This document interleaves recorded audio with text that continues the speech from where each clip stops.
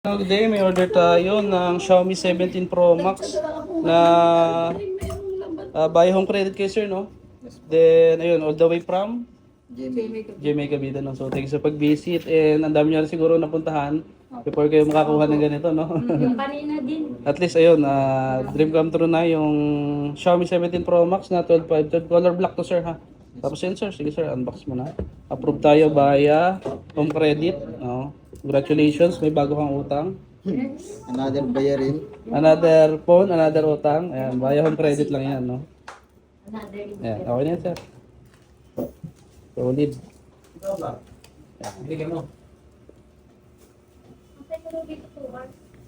Pakaiba rin yung box niyan, no? Pahaba. Wala yung charger na ito na eh. Ayan. Ilang beses mo nakata napanood, sir, eh. Ilang beses na yan. Tapos yan, solid yung mga previous mo. Meron pang Xiaomi earbuds, speaker, mini fan. Yan, wala ka nang bibilhin. Ito yung charger niya, 100 watts. Tapos ito, sir. Yan. Yan, okay.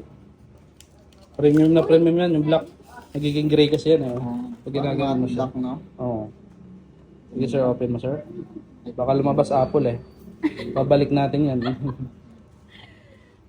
Ayun, okay. Patalikod ako, sir. Yan ang binabayaran dyan, yung likod. Aesthetic. Oo. Ito na lang. Ikaw lang meron yan. Siguro sa inyo. Pwede mo iyabang yan. No? Pwede kang camera dyan sa likod eh. Ang zoom niyan 120 times. No? Okay. Tapos ito yung case niya.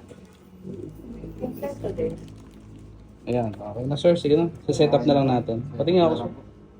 Ano, Xiaomi 17 Pro Max 12.5. Okay. Thank you po. Thank you. Thank May you. nakalimutan tayo.